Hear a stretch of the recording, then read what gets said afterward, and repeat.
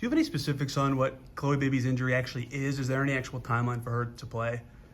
I don't have any specifics on it. I think right now it's day to day. She's progressed in her rehab and anticipate by hopefully what is today? What day is today? Tuesday. Tuesday, by hopefully end of the week she'll be on the floor at least in practice. What have you been missing without her? I was talking to her recently about what she brought to you guys, but what do you feel like you've lacked when she is absent from these games? The ability to spread the floor for AB.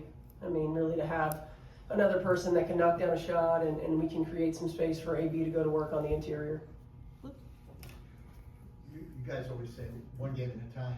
Yep. Today, does it feel more like a playoff game anyway, in terms of its importance? Yeah, I mean, no doubt. I think every game is like a playoff game, at this point. But it is one game at a time, and Seattle is the most important opponent for us for a number of reasons, obviously.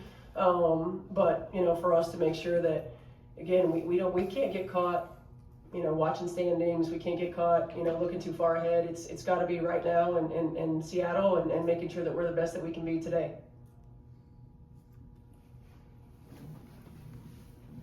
Do you anticipate making any starting lineup changes today, or are going to stick with the same five that you've had these past few games? Same five.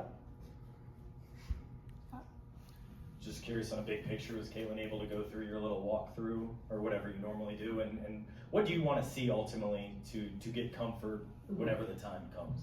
Yeah, she went through our walkthrough yesterday. Today it was very short, prior to game time, but she went through it yesterday, and I want to see her in practice, live in practice. Want to see her continue to work to not just build endurance, but to be able to handle contact 94 feet as it's going to be in game, and to be able to do that and sustain from an endurance standpoint. And that's going to take multiple practices to make sure that there's no regression.